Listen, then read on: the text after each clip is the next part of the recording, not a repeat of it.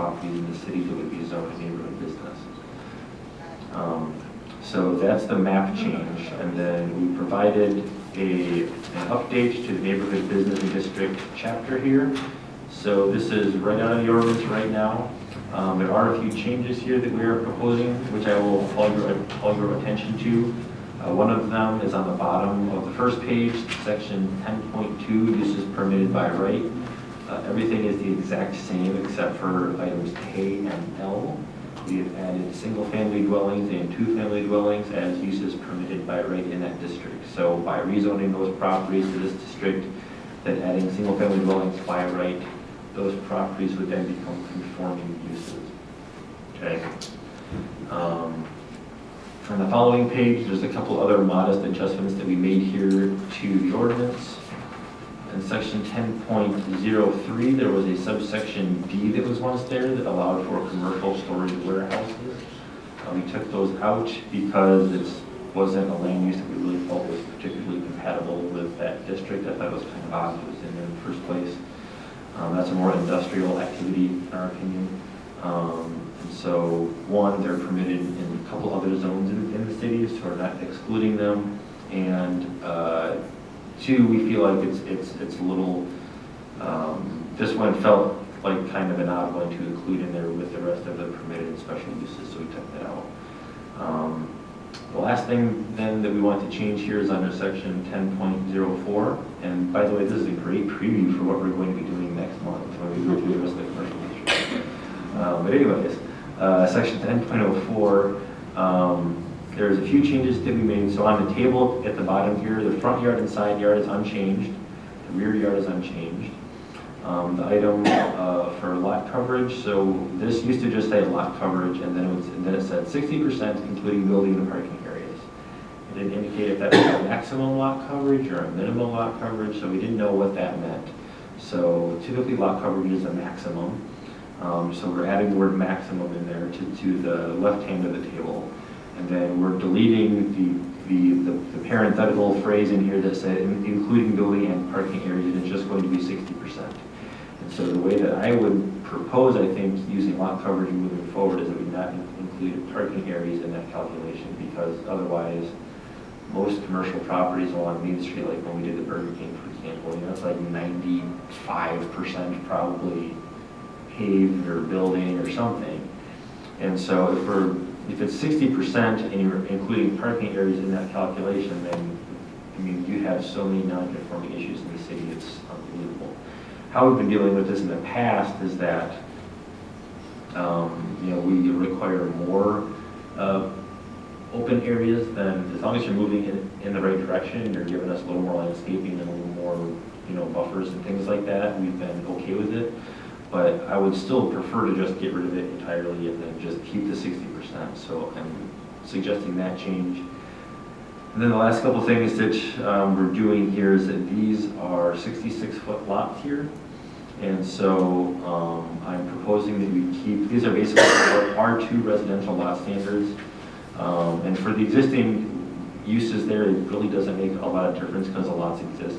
And so we're not gonna, you can't really punish somebody or render a lot unbuildable anyways by virtue of the lot dimensions. But what I would propose is that we reduce the minimum lot area for single and two-family dwellings to 8,200 square feet and make it 15,000 square feet for all other uses. And then for minimum lot widths, that we make it 66 feet for single and two-family dwellings, which is what those lots are right now.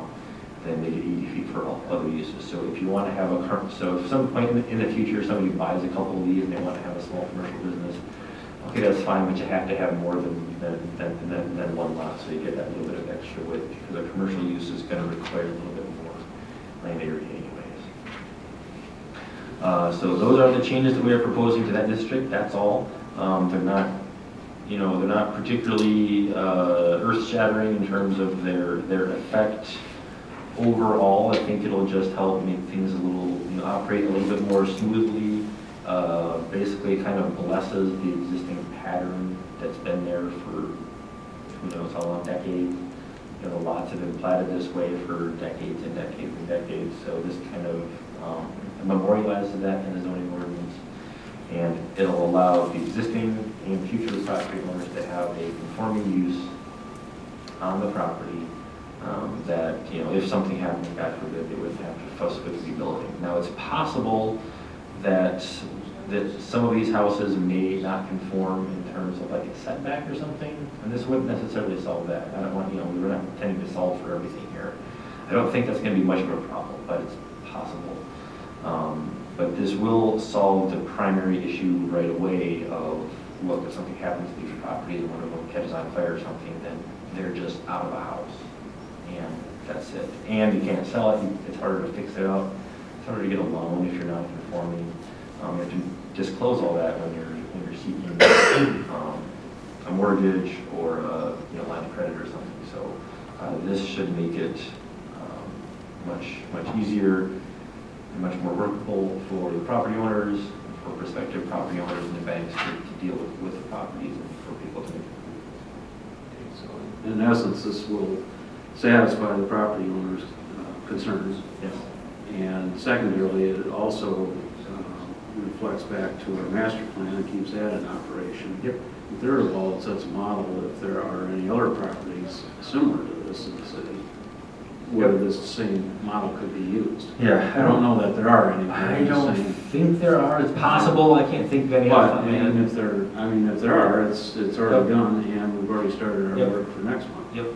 The last thing I would add is that I mentioned earlier that this is kind of a two-part solution that the Planning Commission agreed upon last month, if you remember. So this is the first part. The second part that will come to you with next month or even in January or February is that we're going to take another look at those non-conforming standards, because regardless of what we do here, I'm not comfortable with the language in there that prevents somebody from rebuilding a non-conforming use. That's a very common thing to do for a building that's non-conforming. So if you don't need a setback, we'll say, if it burns down, okay, you can rebuild it, but you have to move it over so you meet your setbacks or something like that. But in this case, because these are people's homes, say that if it burns down, oh, sorry, you just have to move. That's pretty tough. This solves it. This solves that, but I want to take care of that everywhere else in the city too, not just for this. Because there are other non-conforming uses in the city, and I don't want to put them in that same position. Okay, but we're not considering that tonight. Not tonight, so that'll be over the next month or two. We will tackle that one. That'll be a fairly targeted amendment to one specific section of the ordinance. Whereas, well, this is two, that will amend one paragraph probably. It'd be a fairly small amendment. This one is a little more reaching. I'd like to open it up to the general public. If you have any questions or thoughts or anything along that line, please feel free.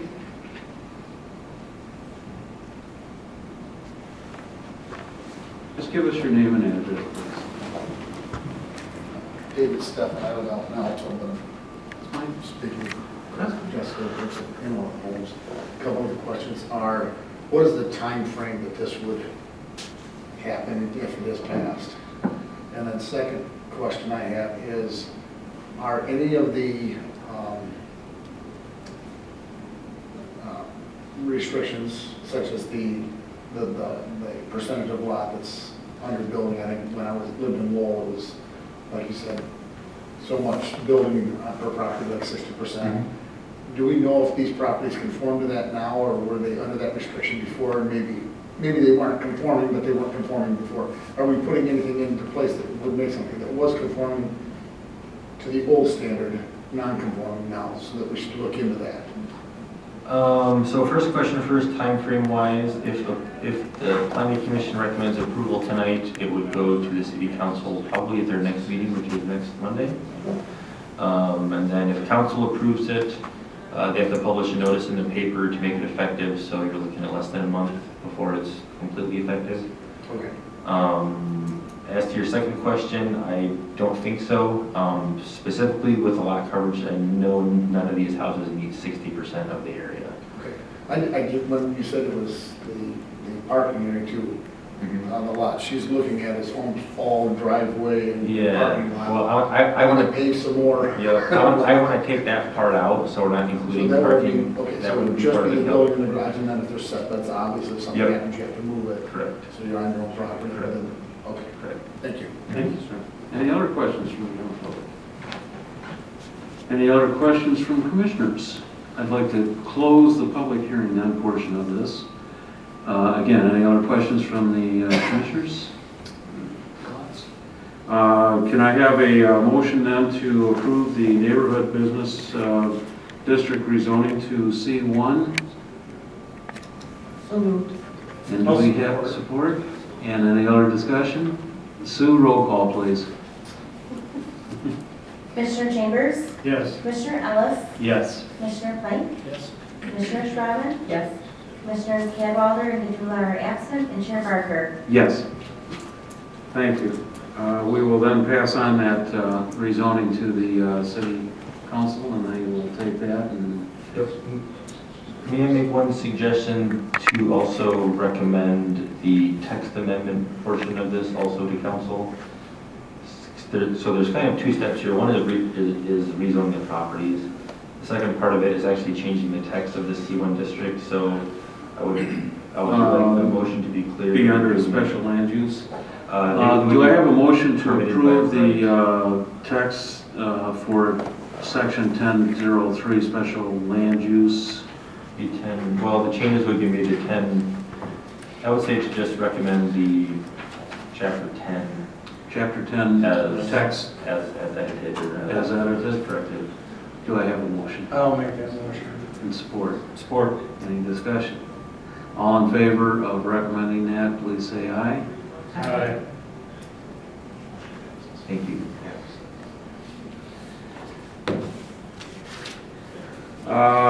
Staff report, Sue, I anything? have nothing more. Andy, anything else? I don't think so. Okay, you got a full agenda for December. We know you. Commissioners, Colin. Marty. Thank you for everybody for coming out and voting. It was a good turnout, and I think we set a record on number of people, so. Good. Amanda? I'm good. Tony. I would like, I have two things. One, we talked once about seeing the budget, and can I get a request to see the budget on one of the next few meetings? I would direct you to go see our city manager. Mike? No, I see, he's not here, otherwise I'd ask him.